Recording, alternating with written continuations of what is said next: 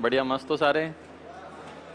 कल आप बायोलॉजी के अंदर कुछ ग्रंथियों को पढ़ रहे थे और आपने 3 टाइप की ग्रंथियां पढ़ी थी। एक थी बहिस्रावी, एक थी अंतःस्रावी और एक थी मिश्रित ग्रंथि। 3 प्रकार की ग्रंथियों में अपन ने शुरुआत में बहिस्रावी ग्रंथियों के बारे में देखा था, पढ़ा था। और बहिस्रावी ग्रंथियों से जो केमिकल निकलते हैं उसको अपन एंजाइम के नाम से जानते हैं। कुछ आपने ग्रंथियों के नाम नोट किए थे, जिसमें एक ग्रंथि का नाम आया था लैक्राइमल। और ये लैक्राइमल ग्रंथि पाई जाती है आंखों के अंदर और आंसू छोड़ने का काम करती है। आपने वहां पे एक लिखा था कि आंसुओं में एक केमिकल पाया जाता है जिसका नाम है लाइसोजाइम। एक आपने और लिखा था कि जो पसीना छोड़ने का काम करती है उस ग्रंथि का नाम स्वेद ग्रंथि है। और स्वेद ग्रंथि में पसीने में जो केमिकल होता है उसका नाम लैक्टिक एसिड था। आपने नोट किया था कि जो कान है उसके अंदर सीबम और वैक्स का निर्माण भी होता है। ये क्या है रे, वॉइस प्रॉपर नहीं आ रही है। ठीक आ रही है तुम्हें वॉइस? चलो कोई ना, जो भी है। अरे ये दूर हो जाता है फिर वॉइस को नहीं पकड़ पाता है। तुम इधर ही बैठ, इधर इधर। चलो, और फिर आपने पढ़ा था अंतःस्रावी ग्रंथियों में। अंतःस्रावी ग्रंथियों में आपने नोट किया था कि इनकी खोज की थी सबसे पहले थॉमस एडिसन ने। वहीं पे आपने पढ़ा था एक साइंटिस्ट का नाम थॉमस अल्वा एडिसन, इसी ने बल्ब की खोज की थी। फिर आपने एक चलते में पढ़ा था कि जो बल्ब में तंतु बना होता है छोटा सा, वो टंगस्टन से बनता है। और वहीं पे आपने नोट करवाया था कि उसका जो टेम्परेचर है, गलनांक का टेम्परेचर, वो 3380 डिग्री होता है। लेकिन जब बल्ब जलता है तो उस टाइम उसका टेम्परेचर 2500 डिग्री सेंटीग्रेड पे हो। फिर आपने नोट किया था कि अंतःस्रावी ग्रंथियों का अध्ययन एंडोक्राइनोलॉजी कहलाता है। अंतःस्रावण शब्द का प्रयोग वैज्ञानिक क्लॉड बर्नार्ड ने किया था। हार्मोन का अर्थ था उत्तेजित करना, और हार्मोन की खोज सबसे पहले की थी साइंटिस्ट स्टार्लिंग ने। पहला जो हार्मोन खोजा गया था उसका नाम था सिक्रेटिन।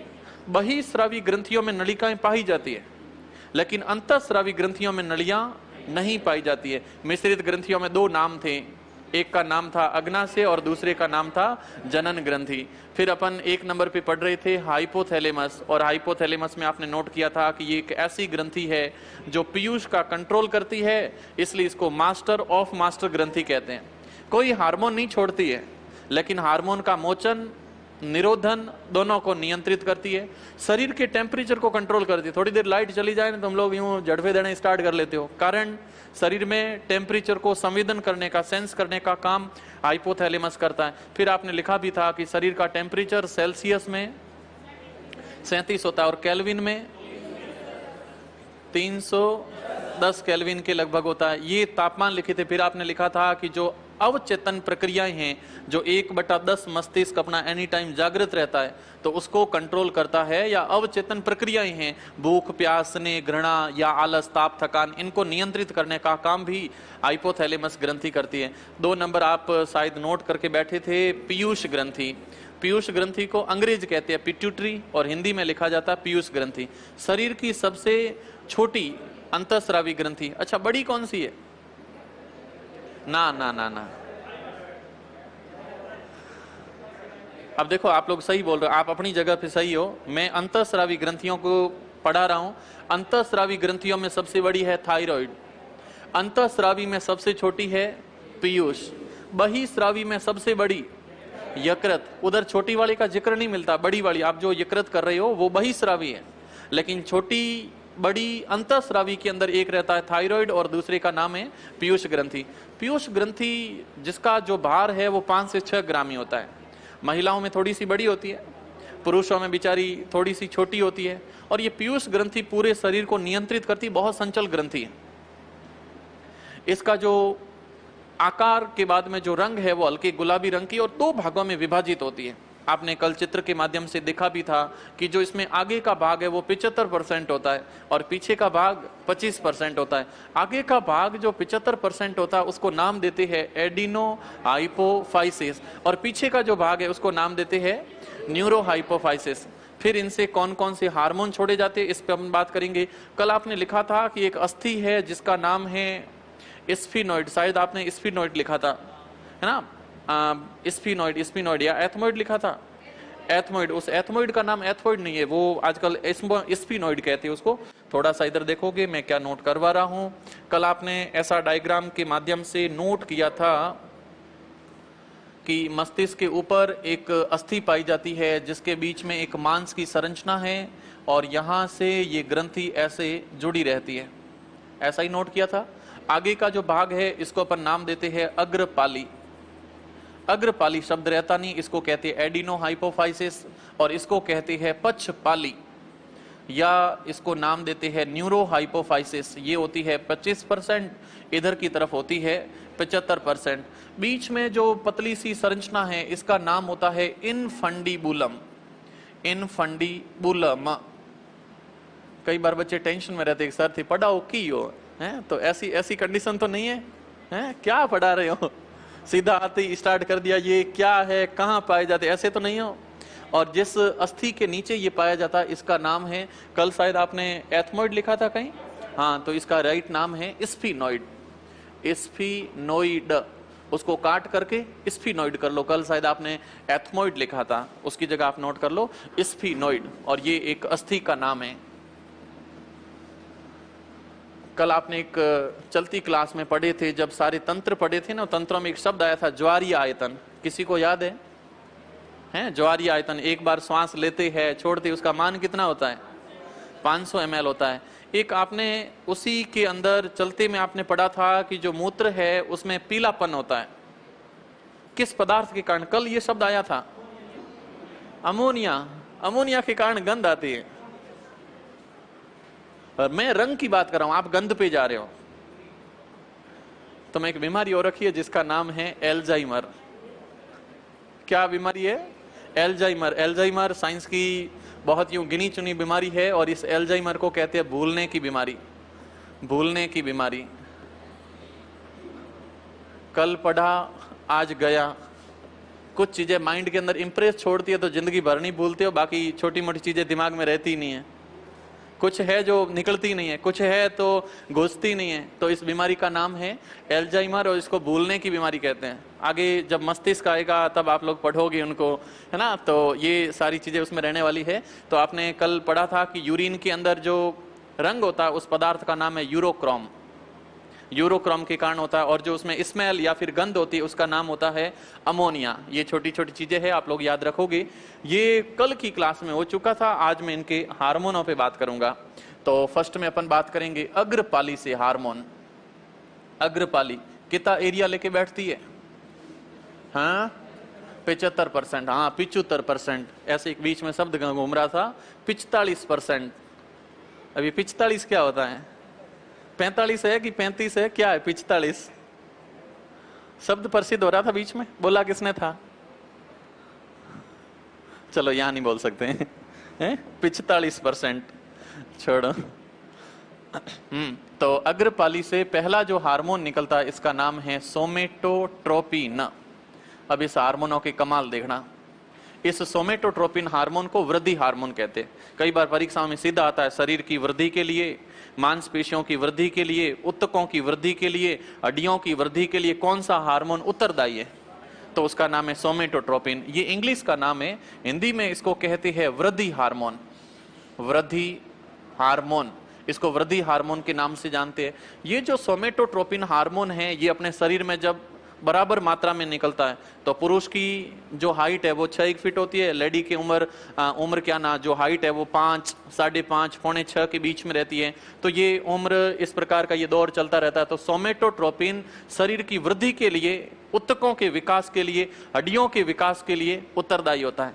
लेकिन इसकी मात्रा अगर थोड़ी सी गड़बड़ हो जाए तो आदमी सीधा या तो सर्कस में दिखता है या फिर कहीं अलग जगहों पे दिखता है। शरीर के विकास के लिए बेस्ट है, अच्छी वृद्धि के लिए बेस्ट है, लेकिन इसकी मात्रा कहीं न कहीं अगर थोड़ी सी भी डिस्टर्ब होती है तो इसके कारण डिस्टर्ब होने से कुछ विकार इसमें उत्पन्न हो जाते हैं, और जिसमें 2-3 विकार अपन पढ़ने वाले हैं।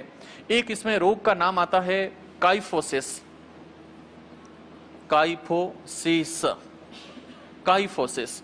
एक इसमें रोग का नाम आता है एक्रोमिगेली। एक्रोमिगेली। एक्रोमेगेली के नाम से जाना जाता है। और एक इसमें रोग आता है जिसको अपन टेरेटोजेनेसिस के नाम से जानते हैं या इसको अग्राती कायता के नाम से जानते हैं। मैंने इसमें डायग्राम भी कुछ मिलाने की कोशिश की है ना, 3 डायग्राम हैं। तो और इसकी कमी से भी कुछ रोग होते हैं, कमी, और कमी से एक रोग का नाम आता है मिगेट्स। मिगेट्स ये कमी से होता है। अगर इस हार्मोन की मात्रा अधिक हो जाए तो अधिकता के कारण ये रोग हो जाते हैं। कमी से एक रोग और होता है जिसको कहते हैं सिमंड रोग, शायद ये कल भी मैंने बात की थी। सिमंड रोग है, मिगेट्स रोग है।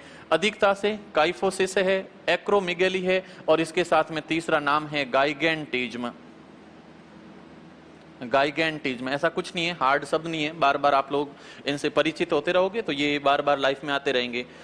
इसको आप देख सकते हो।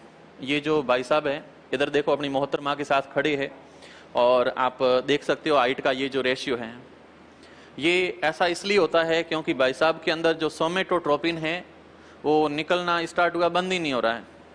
और जब सोमेटोट्रोपिन ज्यादा निकलता है, मतलब वृद्धि हार्मोन, तो हड्डियों की, मांसपेशियों की लंबाई बहुत ज्यादा बढ़ जाती है और व्यक्ति की हाइट 7 साढ़े 7 फीट तक हो जाती है। इधर 4.5-5 फीट में मामला अटका हुआ है, उधर 7.5-8 फीट तक पहुंच जाते हैं। ऐसा जब होता है तो इस रोग को कहते हैं गाइगेंटिज्म। इसको कहते हैं गाइगेंटिज्म। और ये जो गाइगेंटिज्म है, इसके कारण व्यक्ति की हाइट बहुत ज्यादा बढ़ जाती है, दिखने में थोड़ा सा अलग टाइप का लगता है।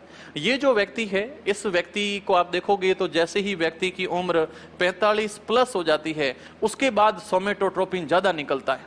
सोमेटोट्रोपिन ज्यादा निकलता है तो व्यक्ति का जो चेहरा है वो फूल करके भारी भरकम, कई बार गोरिल्ला, चिंपैंजी, ये प्रजातियां अलग है, आप सुन रखी होगी, उनके जैसा इनका चेहरा हो जाता है, भारी भरकम शरीर हो जाता है। तो इस रोग का नाम है एक्रोमेगेली। एक्रोमेगेली या इसको अग्राती कायता कहते हैं, तो इसका नाम है एक्रोमेगेली। एक्रोमेगेली एक्रोमेगेली ये 45 प्लस के बाद में होता है। गाइगेंटिज्म है, ये छोटे बच्चों से स्टार्ट हो जाता है। जो उसका बाल्यावस्था का काल है उसमें हार्मोन अगर ज्यादा निकलेगा तो हाइट बढ़ जाती है। 45-50 के बाद में हार्मोन निकलता है तो फिर हाइट तो स्टॉप हो जाती है, लेकिन चेहरा बढ़ना स्टार्ट हो जाता है, थोड़ा सा अलग टाइप का कुरूप आदमी लगता है। इनको आप देखोगे तो इनके कुबड़ थोड़े से, इधर देखोगे तो बेचारा ठीक ठाक है। ठीक ठाक कौन सा लग रहा है तुम्हें? जो भी है, लेकिन कुबड़ मुड़ जाते हैं। तो कुबड़ जब मुड़ जाती है तो इस रोग को कहते हैं काइफोसिस। काइफोसिस ये जो रोग है, इस रोग का नाम है काइफोसिस। और ये काइफोसिस भी सोमेटोट्रोपिन के कारण होता है, सोमेटोट्रोपिन। और इस सोमेटोट्रोपिन की मात्रा जब ज्यादा हो जाती है तो कई बार कुबड़ मुड़ जाती है, और कुबड़ मुड़ने की घटना को काइफोसिस कहते हैं। फिर तुम चिल्लाते हो कि सर वो कुबड़ तो हमें भूगोल में पढ़ाया जाता है, अजमेर नागौर की पट्टियों में, उधर पानी में, मृदा में फ्लोराइड ज्यादा होता है, और फ्लोराइड ज्यादा होने के कारण कुबड़ उसमें मुड़ जाता है। तो कुबड़ पट्टी या फिर बांका पट्टी, क्या नाम देते हैं उसको, है ना, तो वो है। और इधर एक नाम आता काइफोसिस, ये भी इसी से रिलेटेड है। भाई साहब को देखोगे ये सीधा सर्कस में मिलते हैं, हाइट बहुत कम रहती है, लेकिन ये आदमी जो है वो 50-55 की उम्र में भी इस हाइट के अंदर रहते हैं, हाइट इनकी बढ़ नहीं पाती है। तो इस अवस्था को कहते हैं, साधारण हिंदी में कहते हैं इसको बोनापन। बोनापन 52 है ना, तो इसको बोनापन कहते हैं। अंग्रेज इसको कहते हैं ड्वार्फिज्म। ड्वार्फिज्म इसी को नाम दिया जाता है मिगेट्स। मिगेट्स जब छोटे होते हैं, बाल्यावस्था में होते हैं, तो बाल्यावस्था में अगर वृद्धि हार्मोन कम निकलता है, वृद्धि हार्मोन बोले तो उसका नाम है सोमेटोट्रोपिन। और वृद्धि हार्मोन या फिर सोमेटोट्रोपिन जो कि छोटे बच्चों के अंदर अगर कम निकलता है तो वृद्धि हार्मोन की मात्रा कम होने से व्यक्ति की हाइट एक लिमिट रह जाती है, हाइट बढ़ती नहीं है, हाइट स्टॉप हो जाती है। इसलिए इस अवस्था को नाम दिया जाता है बोनापन। इसको ड्वार्फिज्म भी कहते हैं और इसको मिगेट्स के नाम से भी जानते हैं। कुछ ऐसे रोग है जो ज्यादा के कारण होते हैं और कुछ ऐसे है जो कमी के कारण होते हैं। तो ये 1 नंबर पे हार्मोन था जिसको अपन पढ़ रहे थे, और उस हार्मोन का नाम था सोमेटोट्रोपिन। 2 नंबर हार्मोन पे मैं चलता हूं। 2 नंबर पे हार्मोन का नाम है luteinizing hormone. Luteinizing hormone, luteinizing hormone कहते हैं, या इसको शॉर्ट में दिया जाता नाम LH। एक तीसरा हार्मोन और निकलता है जिसका नाम है पुट्टक प्रेरक हार्मोन। पुट्टक प्रेरक हार्मोन, पुट्टक प्रेरक हार्मोन के नाम से जानते। कोई है जो आज क्लास में फर्स्ट टाइम आया है? चलो, इनको टेंशन हो रही है क्या पढ़ा रहे हैं। ओके, कोई ना। बाकी जो लगातार 5-6 दिनों से क्लासेस चल रही है, लगातार है, तो उनको टेंशन नहीं है। अपन कौन सी ग्रंथि पढ़ रही है? पीयूष ग्रंथि। ओके, होश में हो तुम लोग। चलो आगे मैं बात करने की कोशिश करता हूं। ये जो 1 नंबर पढ़ा था, इसका नाम है सोमेटोट्रोपिन। पहला हार्मोन है, शरीर की वृद्धि के लिए उत्तरदायी होता है। इसमें खूब सारे नाम थे। काइफोसिस देखा था, और एक्रोमेगेली है, गाइगेंटिज्म है। इधर 2 नाम आए थे, एक है मिगेट्स और दूसरा है सीमेंट। सीमेंट और बता देता हूं, अगर हार्मोन की मात्रा 50 की उम्र में कम हो जाती है तो व्यक्ति में टाइम से पहले बुढ़ापा आना स्टार्ट हो जाता है। वो 50 की उम्र में चमड़ी इन पूरी ऐसी इस टाइप की हो जाएगी जैसे लगेगा 95 क्रॉस है। टाइम से पहले जब बुढ़ापा आ जाता है तो उस रोग का नाम है सीमंड रोग। सीमंड के अंदर व्यक्ति में ओल्डनेस बुढ़ापा टाइम से पहले आना स्टार्ट हो जाता है, तो इसको बुढ़ापा या इसे सीमंड के नाम से भी जानते हैं। 2 नंबर पे अपन ने हार्मोन नोट किया है ल्यूटिनाइजिंग। ये ल्यूटिनाइजिंग और इधर की तरफ है एफएसएच, या फिर इसको कहती है पुट्टक प्रेरक हार्मोन। अब इन दोनों के काम सुन लो, परीक्षा में अच्छे से यहाँ से प्रश्न आते हैं। जैसे ही छोटे बच्चे जो 13-14 साल की उम्र में आते हैं तो उनमें किशोरावस्था स्टार्ट हो जाती है, जिसको अपन लोग टीन एज के नाम से जानते हैं। किशोरावस्था आती है तो दाढ़ी मूछानी स्टार्ट हो जाती है, विपरीत लिंगों के प्रति आकर्षण स्टार्ट हो जाता है, शरीर में बौद्धिक विकास होता है, शारीरिक विकास होता है, मानसिक विकास होता है, और बहुत टाइप के शरीर में डेवलपमेंट होने स्टार्ट हो जाते हैं। ये सब डेवलपमेंट करने का काम ल्यूटिनाइजिंग हार्मोन करता है। ल्यूटिनाइजिंग हार्मोन नर के अंदर टेस्टोस्टेरोन को प्रेरित करता है, मादाओं के अंदर एस्ट्रोजन और प्रोजेस्टेरोन को प्रेरित करता है। यानी कि शरीर के अंदर जो लिंग हार्मोन है उसको प्रेरित करने का काम, उसको स्टिमुलेट करने का काम ल्यूटिनाइजिंग हार्मोन करता है। तो ये ल्यूटिनाइजिंग हार्मोन, और ये पाया जाता है पीयूष ग्रंथि में। पीयूष ग्रंथि से 2 टाइप के यहां से हार्मोन नर के लिए निकलता है, टेस्टोस्टेरोन। ये टेस्टोस्टेरोन बनता कहां पे? वृषण में, लेकिन उसको आदेश देने का काम करता है ल्यूटिनाइजिंग, और ये ल्यूटिनाइजिंग हार्मोन निकलता पीयूष में है। इसलिए अपन कहते हैं पीयूष को मास्टर ग्रंथि, सभी को आदेश देने का काम करती है।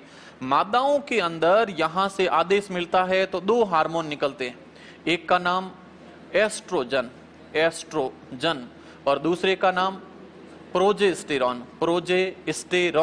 ये परीक्षाओं के अंदर हार्मोन पूछे जाते हैं। अभी पता नहीं क्लास में तो मैं घर की मुर्गी दाल बराबर लगती है, इसलिए आराम से बैठे रहते हो। परीक्षा में जब भी आते हैं, अरे पढ़िया हन तो ठीक हो, तो है ना, तो थोड़ा सा सचेत बैठने की कोशिश करें। अगला नाम है पुट्टक प्रेरक हार्मोन, जिसको शॉर्ट में नाम दिया जाता है एफएसएच। इंग्लिश में इसको कहते हैं फॉलिकल स्टिमुलेटिंग हार्मोन। अब है क्या? वही किशोरावस्था जब स्टार्ट होती है तो नर के अंदर शुक्राणु बनना स्टार्ट होता है और मादाओं के अंदर अंडाणु बनने स्टार्ट होते हैं।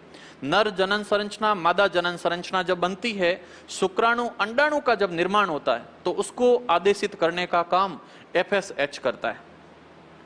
हार्मोन बनाने का काम ल्यूटिनाइजिंग करता है, लेकिन जो संरचनाएं बनती है, शुक्राणु और अंडाणु बनते हैं, उनको प्रेरित करने का काम पुट्टक प्रेरक हार्मोन करता है, या फिर इसको एफएसएच के नाम से जानते हैं। तो इधर से नर के अंदर शुक्राणु का निर्माण होता है, मादाओं के अंदर अंडाणु का निर्माण होता है, मादा में अंडाणु का निर्माण होता है।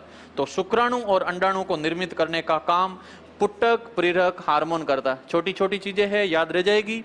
नेक्स्ट, ये तो थे अपने पास में 3 नंबर हार्मोन। 4 नंबर हार्मोन का नाम है प्रोलैक्टिन हार्मोन। और उसके बाद में अपन पक्ष पाली पे चलते हैं, यानी कि पीछे का भाग, और पीछे का भाग कितने % है ग्रंथि का?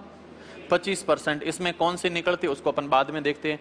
प्रोलैक्टिन हार्मोन जैसे ही डिलीवरी हो जाती है तो डिलीवरी के बाद मादाओं की जो स्तन ग्रंथियां हैं वहां से दूध बनना स्टार्ट होता है। तो दूध बनने की प्रक्रिया को नियंत्रित करने का काम, दूध बनने को प्रेरित करने का काम जो हार्मोन करता है उसका नाम प्रोलैक्टिन हार्मोन है। तो ये प्रोलैक्टिन हार्मोन डिलीवरी के बाद में, जैसे ही प्रसव की प्रक्रिया हो जाती है तो प्रसव के बाद में, प्रसव की प्रक्रियाओं के बाद में, प्रसव के बाद स्तन ग्रंथियों से दूध निर्माण को प्रेरित करता है।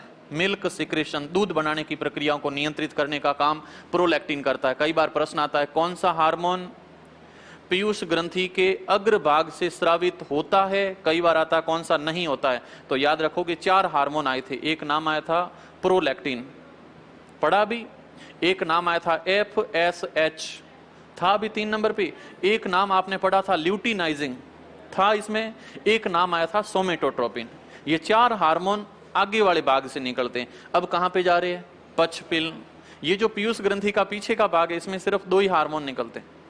एक हार्मोन का नाम है ऑक्सीटोसिन, एक का नाम है ऑक्सीटोसिन, एक का नाम है ऑक्सीटोसिन। फर्स्ट हार्मोन का नाम है ऑक्सीटोसिन, ऑक्सीटोसिन, ऑक्सीटोसिन। दूसरे हार्मोन का नाम है वैसोप्रेसिन, वैसोप्रेसिन। अब दोनों के थोड़े थोड़े काम देख लेते हैं।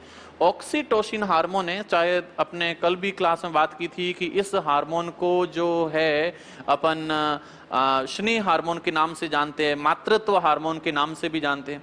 जब डिलीवरी होती है तो डिलीवरी होते टाइम गर्भाशय को पीछे से संकुचित करना और बच्चे को आगे पुश करने का काम ये ऑक्सीटोसिन हार्मोन करता है। ऑक्सीटोसिन का पहला काम है डिलीवरी की प्रक्रिया को, प्रसव की प्रक्रिया को आसान बनाना, आसान बनाने का काम करता है। सेकंड पॉइंट, कई ऐसे पशु होते हैं जिनमें क्या है, वो जनन की प्रक्रिया होती नहीं है। पशु को 7-8 साल के हो गए लेकिन कई बार डिलीवरी नहीं होती है, जनन प्रक्रिया नहीं होती, तो फिर इस हार्मोन के पशुओं में इंजेक्शन लगाए जाते हैं और उस इंजेक्शन के कारण बिना डिलीवरी गायों के अंदर दूध निकलना स्टार्ट होता है। परीक्षा में प्रश्न आता है कृत्रिम रूप से दूध निकालने के लिए किस पदार्थ का हार्मोन के अंदर इंजेक्शन के रूप में प्रयोग किया जाता है, तो नाम आएगा ऑक्सीटोसिन। ऑक्सीटोसिन एक तो लगता है पशुओं के अंदर और उसमें कृत्रिम रूप से दूध निकलता है, याद रह जाएगा। सेकंड, इसका काम है प्रसव प्रक्रिया को आसान बनाना। तीसरा, इसका काम है गर्भाशय में संकुचन पैदा करना। जब डिलीवरी होती है तो गर्भाशय को पीछे से सिकुड़ने का काम ऑक्सीटोसिन करता है। और चौथा, बछड़ा माँ दोनों के बीच में जो अफेक्शन है, दोनों के बीच में जो स्नेह है, उसके लिए उत्तरदायी होता है, इसलिए इसको मातृत्व हार्मोन भी कहते हैं। मातृत्व हार्मोन के नाम से भी जानते हैं, मातृत्व हार्मोन के नाम से भी जानते हैं। और एक बार परीक्षा में प्रश्न आया था कि कौन सा हार्मोन नारी विकास हार्मोन कहलाता है, तो भी नाम ऑक्सीटोसिन रहता है। इसको नारी विकास हार्मोन के नाम से भी जानते हैं, नारी विकास हार्मोन के नाम से जानते हैं। ये ऑक्सीटोसिन खत्म हो जाता है। वैसोप्रेसिन की कहानी सुनोगे। वैसोप्रेसिन जो हार्मोन है ये केवल मूत्र निर्माण की प्रक्रिया को कंट्रोल करता है। हेलो, अपने शरीर में वैसोप्रेसिन ज्यादा होगा, मूत्र गाढ़ा बनेगा। वैसोप्रेसिन अगर छुट्टी पे चला गया, कोई कंट्रोल करने वाला स्कूल में हेडमास्टर है ही नहीं, अफरा तफरी रहेगी। वैसोप्रेसिन ज्यादा, मूत्र बनने की प्रक्रिया सिस्टमैटिक होगी। वैसोप्रेसिन नहीं बन रहा है, मूत्र बार बार आएगा, शरीर के अंदर से मूत्र तनु मात्रा में बनेगा जिसमें पानी ज्यादा मात्रा में निकलेगा। अगर वैसोप्रेसिन ज्यादा है तो मूत्र गाढ़ा होगा, अगर वैसोप्रेसिन कम है तो मूत्र तनु मात्रा में बनेगा। शायद समझ में आ गया होगा। और इस वैसोप्रेसिन को मूत्र विरोधी हार्मोन कहते हैं। एक इसका स्पेशल नाम है ADH, याद रखोगे, परीक्षा में बहुत बार पूछा जाता है। और ADH का कंप्लीट नाम है एंटी डाईयूरेटिक हार्मोन। इस वैसोप्रेसिन का दूसरा नाम है ADH और इस ADH का दूसरा नाम है एंटी ADH और ADH का पूरा नाम है anti diuretic, anti diuretic hormone के नाम से जानते हैं। इसी को कहते हैं मूत्र विरोधी हार्मोन, मूत्र विरोधी हार्मोन के नाम से जानते हैं। ये कुछ पॉइंट इसमें पूछे जाते हैं ये परीक्षाओं के अंदर, तो आप लोग हेडिंग नोट करो। हेडिंग क्या, कल आप चल रहे थे शायद, ये तो आपने नोट कर लिया था, ये वाला पोर्शन आपने नोट कर लिया था। आगे अपन एक एक हार्मोन के ऊपर चलते हैं।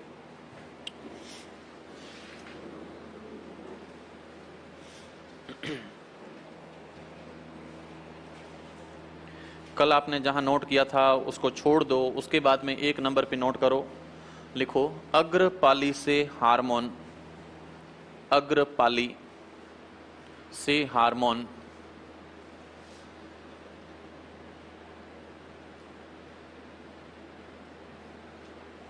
अग्रपाली से हार्मोन, ये क्लास तुम्हें ऑनलाइन अवेलेबल होती है, घर जाकर के भी देखते हो? हैं? मिलती नहीं है या मिली नहीं है? अच्छा, मिल रही है, मिल जाएगी ना? हाँ, कोई नहीं कोई नहीं। क्यों? अच्छा, कृपा अटकी हुई है अभी तक। हाँ, चलो ठीक है, कोई नहीं। आपने नोट किया है अग्रपाली से हार्मोन, और एक नंबर नोट करो, सोमेटोट्रोपिन। सोमेटोट्रोपिन कोष्टक में लिखो वृद्धि हार्मोन। सोमेटोट्रोपिन वृद्धि हार्मोन, सोमेटोट्रोपिन वृद्धि हार्मोन। यह हार्मोन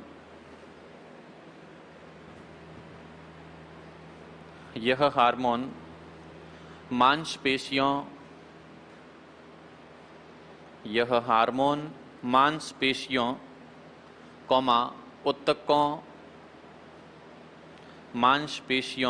ऊतकों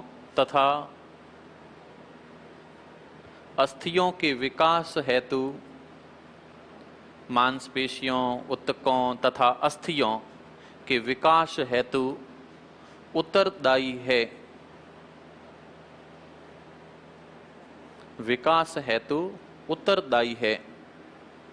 आपने लिखा मांसपेशियों, ऊतकों तथा अस्थियों के विकास हेतु उत्तरदायी है। एक लाइन छोड़ करके आगे लिखो, बाल्यावस्था में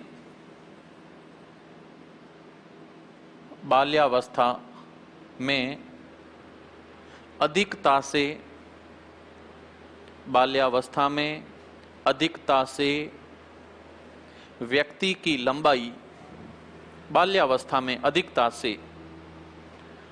की लंबाई अत्यधिक बढ़ जाती है। बाल्यावस्था में अधिकता से लंबाई अधिक तक या फिर ऊंचाई अधिकतम बढ़ जाती है, जिसे गाइगेंटिज्म कहते हैं।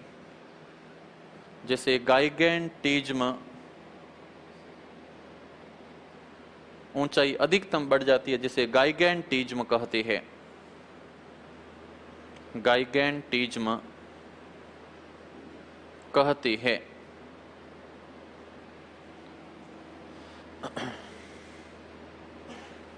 एक लाइन छोड़ के आगे नोट करो, वृद्धि काल मतलब 30 क्रॉस। वृद्धि काल के बाद, वृद्धि काल ग्रोथ पीरियड, वृद्धि काल के बाद इस हार्मोन की अधिकता से, वृद्धि काल के बाद इस हार्मोन की अधिकता से चेहरा गोरिल्ला के समान, चेहरा गोरिल्ला के समान होने से, चेहरा गोरिल्ला के समान होने से इसे एक्रोमेगैली रोग कहते हैं। इसे एक्रोमेगैली रोग कहते हैं। गोरिल्ला के समान होने से इसे एक्रोमेगैली रोग कहते हैं। एक्रोमेगैली रोग कहते। लाइन जहां आपने खत्म की उसके पास में लिख दोगे अग्रातिकायता। अग्रातिकायता हिंदी का शब्द है, हालांकि पूछा इंग्लिश में जाता लेकिन कई बार जच जाए तो इसको हिंदी में कहते हैं अग्रातिकायता। आपने लिखा है एक्रोमेगैली, अग्रातिकायता।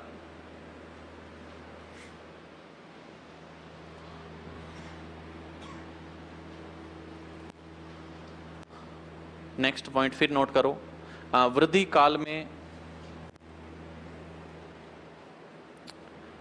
काल में इस हार्मोन की अधिकता से,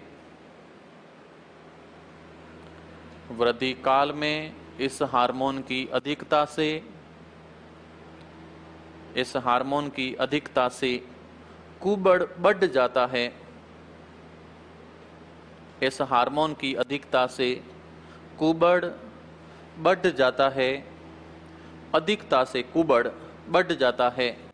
इसे काइफोसिस रोग कहते हैं। कुबड़ बढ़ जाता है, इसे काइफोसिस, इसे काइफोसिस रोग कहते हैं। कुबड़ बढ़ जाता है, इसे काइफोसिस रोग कहते हैं। नेक्स्ट आप नोट करो, एक लाइन छोड़ के आगे लिखो। बाल्यावस्था में इस हार्मोन की कमी से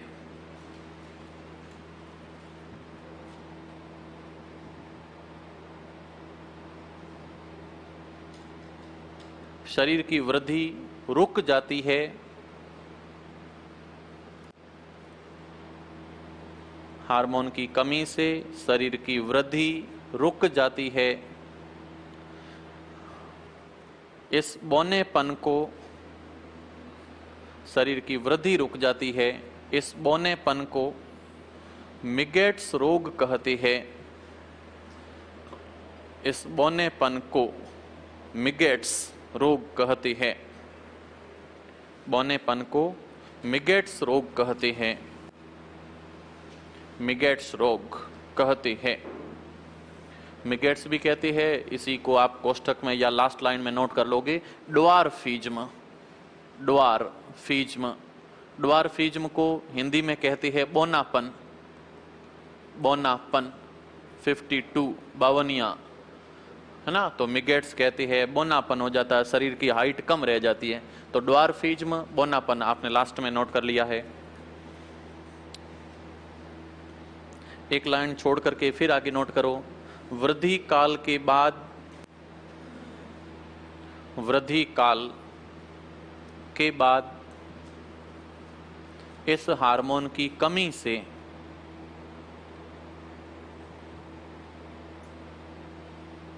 वृद्धि काल के बाद इस हार्मोन की कमी से समय से पूर्व बुढ़ापा आ जाता है। इस हार्मोन की कमी से, हार्मोन की कमी से समय से पूर्व बुढ़ापा आ जाता है।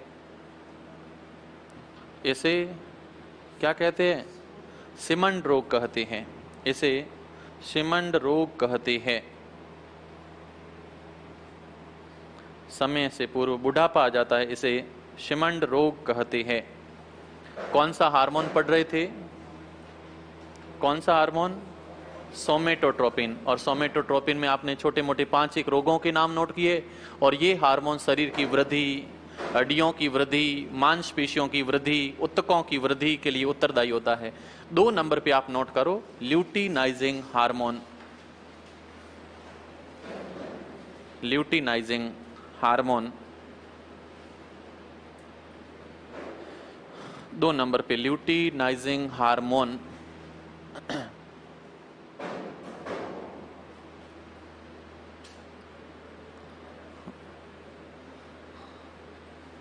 लगता आदमी चेंज हो गया है।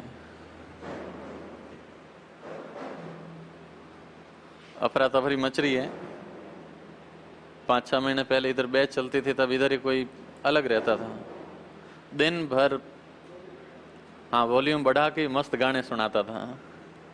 आज कुछ धमाके हो रहे, लग रहा है ड्राइवर चेंज हो गया है।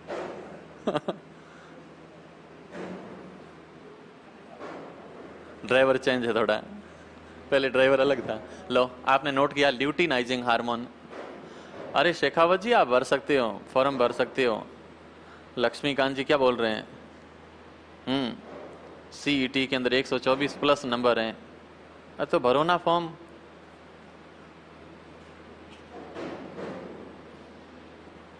लो, ल्यूटिनाइजिंग के आगे नोट करो। यह हार्मोन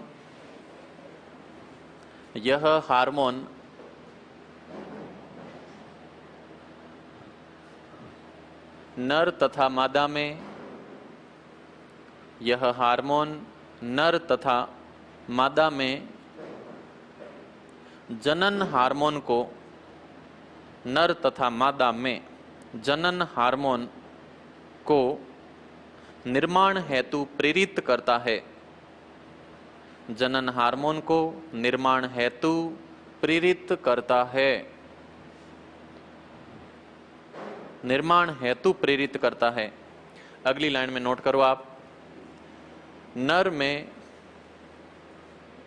वृषण ग्रंथि, नर में वृषण ग्रंथि से टेस्टोस्टेरॉन, नर में वृषण ग्रंथि से टेस्टोस्टेरॉन, टेस्टोस्टेरॉन, लाइन छोड़ो, अगली लाइन में जाओ। मादा में अंडाशय ग्रंथि, मादा में अंडाशय ग्रंथि से एस्ट्रोजन, मादा में अंडाशय ग्रंथि से एस्ट्रोजन तथा प्रोजेस्टेरॉन, एस्ट्रोजन तथा प्रोजेस्टेरॉन हार्मोन का निर्माण होता है। मादाओं में अंडाशय ग्रंथि से एस्ट्रोजन तथा प्रोजेस्टेरॉन हार्मोन का निर्माण होता है। कुछ लोग आपने ट्रेनों में देखे होंगे, उनके शरीर में गुणसूत्र गड़बड़ हो जाते हैं। अपने शरीर की एक कोशिका में गुणसूत्र होते हैं, लेकिन जो आपको ट्रेनों में मिलते कौन से, समझ आप गए होंगे, उनके अंदर हार्मोन क्या ना, गुणसूत्र या तो होते हैं 45 या फिर गुणसूत्र होते हैं। उन लोगों के अंदर शारीरिक बनावट में कोई फर्क नहीं होता है, या तो ये मामला डाउन होता है या फिर ये मामला डाउन होता है, या तो शुक्राणु अंडाणु नहीं बनते या फिर हार्मोन रिलीज ही नहीं होते, इसलिए फिर अलग कैटेगरी में उनको शामिल किया जाता है। तो ये जो नर और मादा के हार्मोन हैं, इनको प्रेरित करने का काम पीयूष ग्रंथि का एक हार्मोन करता है जिसका नाम है ल्यूटिनाइजिंग हार्मोन, और इसको शॉर्ट में बोला जाता है LH हार्मोन। 3 नंबर पे आप नोट करो, पुटक प्रेरक हार्मोन, पुटक प्रेरक हार्मोन, पुटक प्रेरक हार्मोन, अंग्रेज इसको कहती है FSH, फॉलिकल स्टिमुलेटिंग हार्मोन। आप छोटा नाम लिख लो, FSH, फॉलिकल स्टिमुलेटिंग हार्मोन।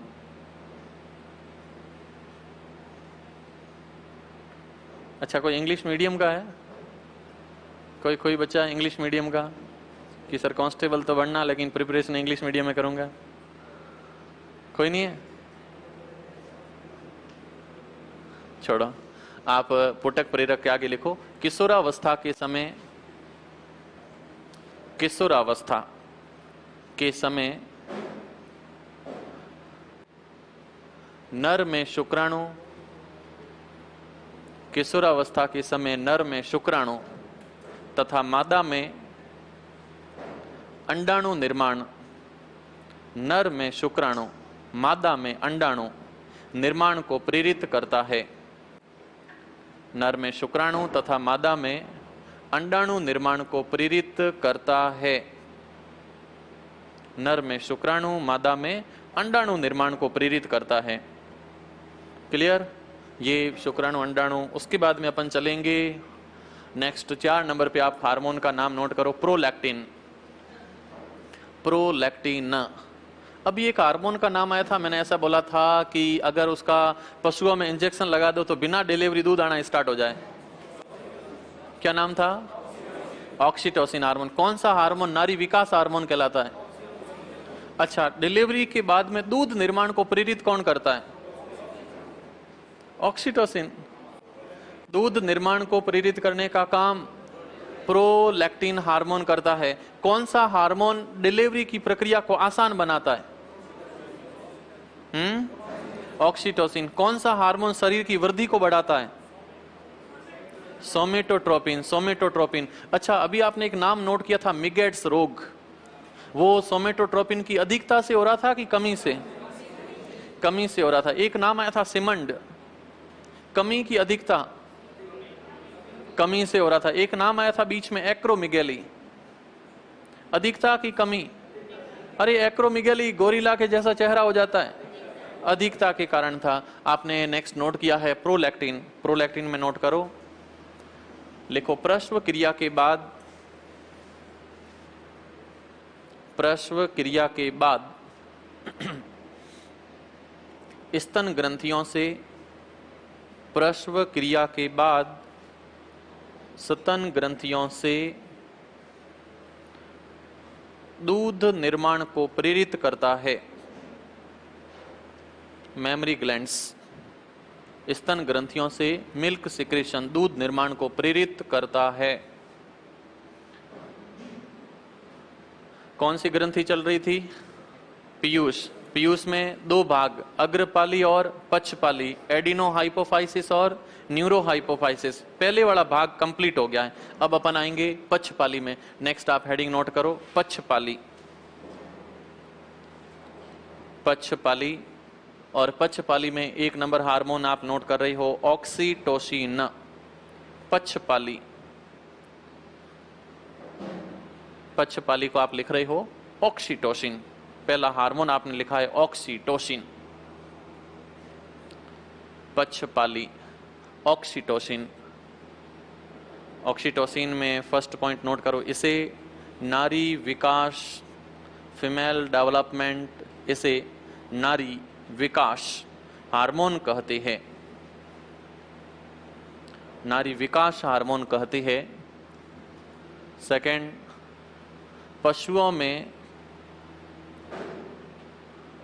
कृत्रिम रूप से, पशुओं में कृत्रिम रूप से दूध श्रावण, पशुओं में कृत्रिम रूप से दूध श्रावण, दूध श्रावण हेतु, दूध श्रावण हेतु, अरे श्रावण भाद्रो यहाँ नहीं लिखना है, दूध श्रावण क्या लिखोगे? हाँ, श्रावण। श्रावण नहीं पढ़ा जाता, इसको श्रावण ही पढ़ते हैं, लेकिन श्रावण बोलते तुम लोग उधर चले जाते हो। दूध श्रावण हेतु इसके इंजेक्शन लगाए जाते हैं। दूध श्रावण हेतु इसके इंजेक्शन लगाए जाते हैं। दूध श्रावण हेतु इसके इंजेक्शन लगाए जाते हैं। तीसरा पॉइंट, प्रसव के समय, प्रसव डिलीवरी, तीसरा पॉइंट, प्रसव के समय गर्भाशय, प्रसव के समय गर्भाशय, यूटेरस, गर्भाशय को संकुचित करके, गर्भाशय को संकुचित करके, कॉन्ट्रैक्ट, संकुचित करके प्रसव को आसान बनाता है। गर्भाशय को संकुचित करके प्रसव को आसान बनाता है, प्रसव को आसान बनाता है। लास्ट पॉइंट इसे लिखोगे, इसे मातृत्व हार्मोन, इसे मातृत्व हार्मोन कोष्ठक लव हार्मोन कहते हैं। इसे मातृत्व हार्मोन, लव हार्मोन कहते हैं। मातृत्व हार्मोन। एक लाइन छोड़ के अगला नोट करो आप, वैसोप्रेसिन। वैसोप्रेसिन,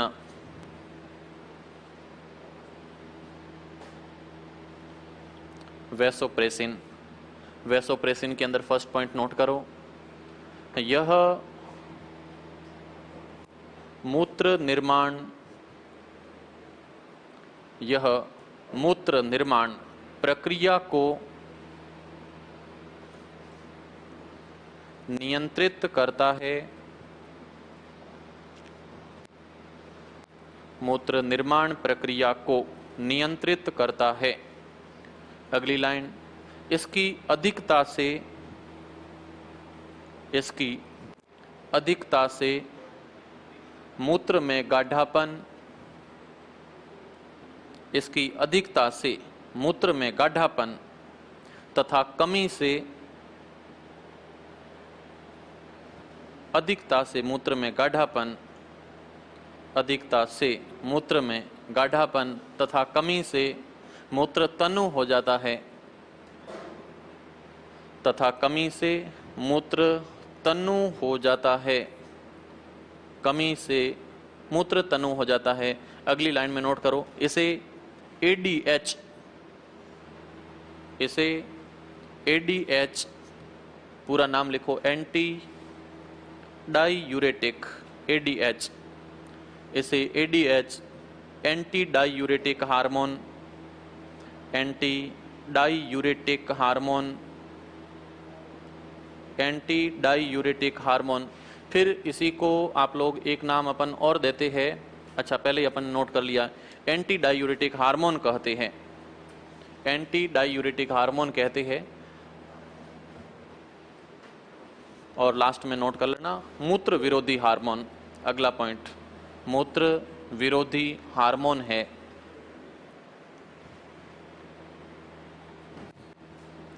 यह मूत्र विरोधी हार्मोन है।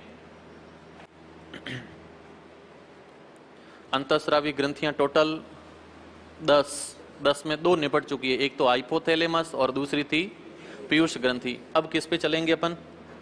हाँ, अब जिस ग्रंथि पे चलने वाले उसका नाम है कौन सी? पीनियल ग्रंथि। ये जो पीनियल ग्रंथि है, ये जस्ट जो लोकेशन दिख रहा है इससे जस्ट ऊपर की तरफ ये जो भाग दिख रहा है, ये यहाँ पर पीनियल ग्रंथि रहती है। पीनियल ग्रंथि के बारे में अगर देखा जाए तो ये पीनियल ग्रंथि शरीर के अंदर टाइम के साथ में घटती नहीं है, लेकिन बढ़ती रहती है, विभाजित होती रहती है, डिवाइड होती रहती है। और छोटे छोटे कणों के अंदर डिवाइड जब हो जाती है तो इसको कहते हैं मस्तिष्क की रेत। इस ग्रंथि को मस्तिष्क की रेत के नाम से जाना जाता है, मस्तिष्क की रेत कहते हैं। आने वाले भविष्य में अपन क्या किस स्टेज पर होंगे, भविष्य कैसा होगा, लंबी सोच के लिए ये ग्रंथि बहुत ज्यादा उत्तरदायी होती है। इसलिए इसको शरीर की तीसरी आंख के नाम से जानते हैं, तीसरी आंख, थर्ड आई के नाम से इसको जानते हैं, थर्ड आई, तीसरी आंख के नाम से इसको जाना जाता है। मानव के अंदर जो पीनियल ग्रंथि है, ये पीनियल ग्रंथि समय का निर्धारण भी करती है, इसलिए इसको क्या कहते हो? हाँ, जैविक घड़ी के नाम से जानते हो, इसको बायोलॉजिकल क्लॉक कहते हो। पहले दिन मैंने एग्जाम्पल दिया था, कोई भी टाइम हो, उस टाइम के प्रति जब बहुत क्लोज जाते हो तो तुम्हारे शरीर में वाइब्रेशन होने स्टार्ट हो जाते हैं, टाइम के प्रति बहुत ज्यादा सेंसिटिविटी दिखाती है, इसलिए इस ग्रंथि को कहते हैं जैविक घड़ी, जैविक घड़ी कहते हैं, या फिर इसको इंग्लिश में कहते हैं बायोलॉजिकल क्लॉक, बायोलॉजिकल क्लॉक के नाम से जानते हैं, बायोलॉजिकल क्लॉक। इस पीनियल ग्रंथि से जो हार्मोन छोड़ा जाता है उस हार्मोन का नाम है मेलेटोनिन।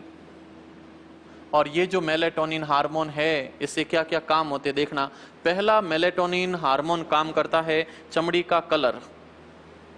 जिस व्यक्ति में मेलेटोनिन कम निकलता है वहां पर चमड़ी का कलर डार्क रहता है, जहां पे ज्यादा निकलता है वहां चमड़ी व्हाइट कलर की रहती है। तो एक तो त्वचा के रंग को निर्धारित करने का काम करता है। इस मेलेटोनिन हार्मोन से एक वर्णक बनता है, पिगमेंट बनता है, जिसका नाम है मेलेनिन या फिर मिलेनिन। और ये मिलेनिन जो वर्णक है वो त्वचा के रंग को निर्धारित करने का काम करता है। पहला इसका काम है त्वचा के रंग को। दूसरा, अपने यहाँ पे देखना बच्चे 14-15 तो बहुत लेट, क्या ना ज्यादा उम्र हो जाती है, 8-9 साल के होते हैं, उनमें सेक्सुअल स्टिमुलेशन आने स्टार्ट हो जाते हैं, लैंगिक परिपक्वता आनी स्टार्ट हो जाते हैं। अंग्रेजों में देख लो, उत्तरी ध्रुव की तरफ इंग्लैंड खुद है, सूर्य के प्रकाश की किरणें तिरछी पड़ती है, शरीर पूरा एकदम व्हाइट कलर का है, उनमें लैंगिक परिपक्वता आती नहीं है, बहुत लेट आती है, 25 के बाद आती है। अपने वाला टाबर 8-9-10 साल का हो जाता है, उसमें वो स्टिमुलेशन आने स्टार्ट हो जाते हैं। यानी कि जो लैंगिक परिपक्वता है उसको समय से पहले लाने का काम भी मेलेटोनिन, ये हार्मोन और ग्रंथि करती है। तो ये ग्रंथि समय से पूर्व लैंगिक परिपक्वता, लैंगिक परिपक्वता समय से पूर्व, टाइम पे तो होना चाहिए वो ठीक है, लेकिन टाइम से पहले बच्चों के अंदर क्रिएटिविटी आनी स्टार्ट हो जाती है। तो ये क्रिएट करने का काम मेलेटोनिन करता है, या फिर इसको पीनियल ग्रंथि के नाम से जाना जाता है। ये पीनियल ग्रंथि मस्तिष्क में पाई जाती है, इसको रेत कहते हैं, जैविक घड़ी कहते हैं, बायोलॉजिकल क्लॉक कहते हैं, तीसरी आंख के नाम से जानते हैं। और ये त्वचा के रंग को निर्धारित करती है, त्वचा का रंग निर्धारित करती है। और एक प्रश्न और आता है कि जो व्यक्ति देख नहीं सकते, अंधे व्यक्ति है, उनमें जो लैंगिक उत्पीड़न है उसको टाइम से बहुत जल्दी क्रिएट करने का काम भी यही करती है। छोटे बच्चों में टाइम से पहले जो लैंगिक परिपक्वता है उसको भी प्रेरित करने का काम। ये छोटे मोटे पॉइंट है, परीक्षाओं में आज तक इस पॉइंट को पूछा गया है और इस पॉइंट को भी पूछा गया है, दोनों पॉइंट ज्यादा पूछते रहते हैं। हेडिंग आप नोट करो, पीनियल ग्रंथि, पीनियल ग्रंथि।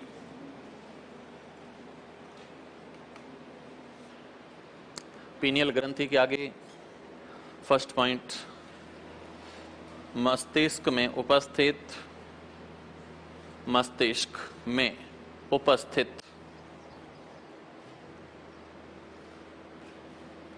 मस्तिष्क में उपस्थित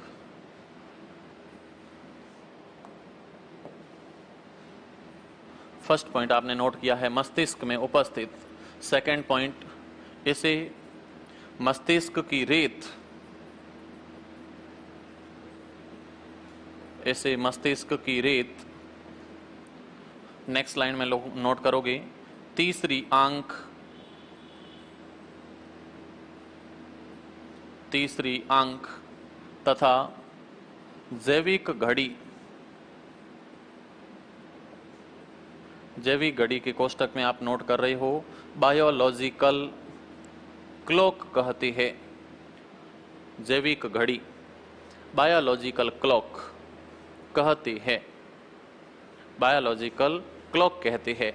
अगली लाइन में नोट करोगे, हार्मोन बराबर मेलेटोनिन, हार्मोन बराबर मेलेटोनिन, मेलेटोनिन हार्मोन छोड़ा जाता है, मेलेटोनिन हार्मोन, हार्मोन बराबर मेलेटोनिन।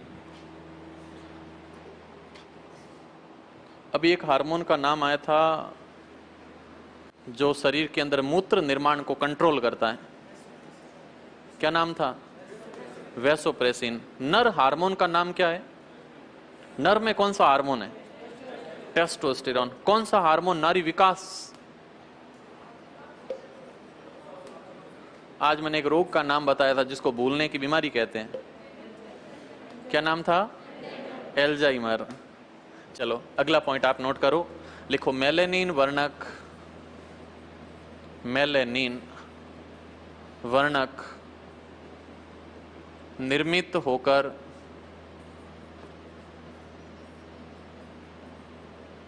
त्वचा के रंग का निर्धारण करते हैं।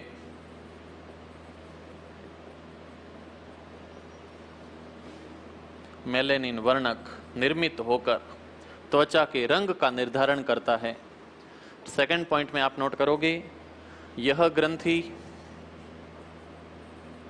यह ग्रंथि समय पूर्व, समय पूर्व लैंगिक लक्षणों को, समय पूर्व लैंगिक लक्षणों को प्रेरित करती है,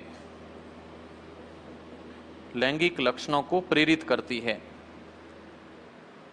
राजस्थान का विशेष करके आप कल्चर देखोगे ना, बहुत गर्मी का मौसम यहाँ पे, और जहाँ पे ज़्यादा गर्मी रहती है वहाँ पे ये हार्मोन ज़्यादा निकलता है, और ज़्यादा हार्मोन निकलता है तो शरीर में लैंगिक परिपक्वताएं जल्दी आती हैं। अपने यहाँ देखना 8, 9वीं 10वीं, 9वीं 10वीं के 8वीं के टाबरों में दाढ़ी मूछें आनी स्टार्ट हो जाती हैं। अंग्रेजों को देख लो, 30 क्रॉस होते हैं फिर जाकर के कहीं सिग्नल उनके अंदर दाढ़ी मूछों के लगते हैं। तो ये कल्चर का प्रभाव पड़ता है, ताप का प्रभाव पड़ता है। ताप ज्यादा होगा तो ये टाइम से पहले परिपक्वता आनी स्टार्ट हो जाती है। टेम्परेचर कम है तो प्रक्रिया कहीं न कहीं लेट होनी स्टार्ट होती है, तो ये इस पे डिपेंड करती है। तो ये ग्रंथि यहाँ पे क्लियर हो जाती है, और इस क्लियर के बाद में नेक्स्ट अपन चलते हैं इस ग्रंथि के ऊपर। कोई बताएगा क्या नाम है? थायराइड ग्रंथि। कहाँ पाई जाती है? गले में पाई जाती है, और शरीर की सबसे बड़ी अंतःस्रावी ग्रंथि भी है। एक बार प्रश्न आया था, इसी सीईटी के अंदर था, कहीं था, इस ग्रंथि को अगर देखा जाए तो इसके ऊपर थायराइड तो है, बल थायराइड के ऊपर छोटे छोटे 4 छल्ले और पाए जाते हैं जिनको कहते हैं पैराथायराइड। और प्रश्न आया था, कोलिप हार्मोन किसे कहते हैं? ये चलती क्लास में कल परसों ही आपने नोट भी किया था, बात भी हुई थी, कोलिप हार्मोन। चलो अपन बात करते हैं इसके ऊपर। ये ग्रंथि जिसको अपन पढ़ने जा रहे हैं इसका नाम है थायराइड ग्रंथि, थायराइड ग्रंथि। और ये थायराइड ग्रंथि पाई कहां पे जाती है? गले में पाई जाती है। भार इसका देखा जाए तो ये 25 ग्राम होती है, और दिखने के अंदर ये अंग्रेजी के एच अक्षर के जैसी दिखाई देती है, एच अक्षर के जैसी दिखाई देती है। कुछ अंग्रेज क्या ना लोग कहते हैं कि तितली के समान भी होती है, इसलिए इस ग्रंथि को बटरफ्लाई ग्लैंड के नाम से भी जानते हैं। तितली के समान होती है इसलिए इसे बटरफ्लाई के नाम से भी जानते हैं।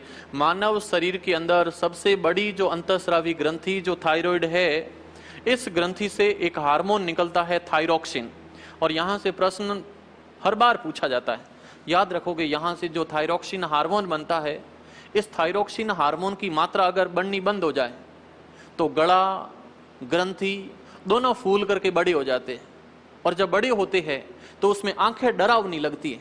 और ये रोग नहीं पूछा जाता कि गलगंड या घेंगा कहते, ये सब जानते हैं आजकल, लेकिन प्रश्न आता है गलगंड घेंगे के कारण आंखें डरावनी प्रतीत होती है, उसे क्या कहते हैं? थोड़ा सा बताओ। अच्छा, गला फूलता उसको क्या कहते हैं? जय हो तुम्हारी। लो इधर आ जाओ, थोड़ा सा समझने की आप कोशिश करें। मैं बात कर रहा हूं थायराइड ग्रंथि पर, और थायराइड ग्रंथि से हार्मोन निकलता जिसका नाम थायरोक्सिन। एक तो यहां से प्रश्न आता है कि थायरोक्सिन हार्मोन का निर्माण किस तत्व द्वारा होता है, कौन सा तत्व इसका निर्माण करता है? तो नाम रहेगा आयोडीन। आयोडीन होगा तो थायरोक्सिन बनेगा। थायरोक्सिन का काम शरीर में भोजन के पाचन को कंट्रोल करना, कार्बोहाइड्रेट, प्रोटीन, वसा, इनका जो पाचन है इसको कंट्रोल करने का काम थायरोक्सिन करती है। तो इसका पहला काम है प्रोटीन, सेकंड पे वसा, प्रोटीन ना वसा, और तीसरा कार्बोहाइड्रेट। इन तीन पदार्थों का पाचन इससे नियंत्रित होता है। और ये थायरोक्सिन खुद बनता किसकी उपस्थिति में? आयोडीन में। अगर आयोडीन शरीर को मिलना बंद हो जाए, कई बार प्रश्न आता है कि आयोडीन युक्त नमक क्यों खाना चाहिए? क्योंकि आयोडीन जाएगा तो क्या बनेगा? थायरोक्सिन। थायरोक्सिन ज्यादा होगा तो पाचन अच्छा होगा, पाचन अच्छा होगा तो शरीर अष्टपुष्ट रहेगा। अगर आयोडीन बंद तो थायरोक्सिन बंद। थायरोक्सिन बंद जब हो जाता है तो शरीर के अंदर जो गला है, ग्रंथि है, ये फूल करके बड़े हो जाते हैं, और उससे रोग हो जाता है गलगंड। इसी गलगंड को कुछ नाम दिया जाता है घेंगा, और इसी घेंगे को नाम देते हैं गोयटर। ये तीन नाम याद रखोगे, गलगंड, घेंगा, गोयटर। ये किस ग्रंथि से संबंधित है? थायराइड ग्रंथि से। और जब गलगंड, घेंगा, गोयटर होता है, गला फूल जाता है, तो आंखें थोड़ी सी बाहर निकली हुई और एकदम सूखापन आंखों में रहता है, उस रोग का नाम है जीरोप्थेल्मिया। जीरोप्थेल्मिया, जीरोप्थेल्मिया है, इसको आंखों का सूखापन कहते हैं। आंखों में सूखापन के नाम से इसमें जाना जाता है। अभी सीईटी में एक प्रश्न आया था, हाशीमाटो का रोग किस ग्रंथि से संबंधित है? तो वो भी इसी ग्रंथि से था। कौन सी ग्रंथि है? थायराइड ग्रंथि। हाशीमाटो का रोग, एक नाम आता कुशिंग रोग, एक नाम आता एडिशन रोग, अलग अलग नाम आते हैं। हेडिंग आप नोट करो आगे, थायराइड ग्रंथि, थायराइड ग्रंथि। थायराइड के अंदर फर्स्ट पॉइंट आप नोट करो, गले में स्थित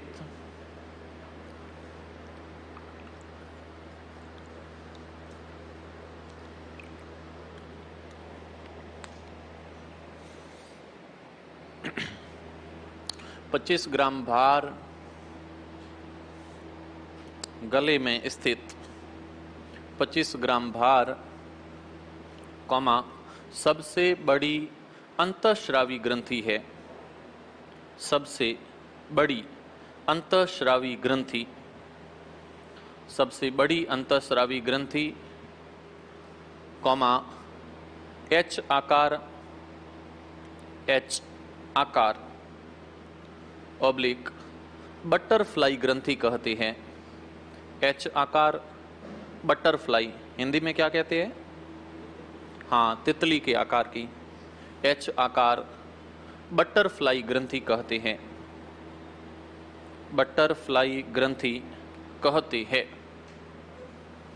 बटरफ्लाई ग्रंथि कहते हैं। फिर अगली लाइन में लिखो, इस ग्रंथि से,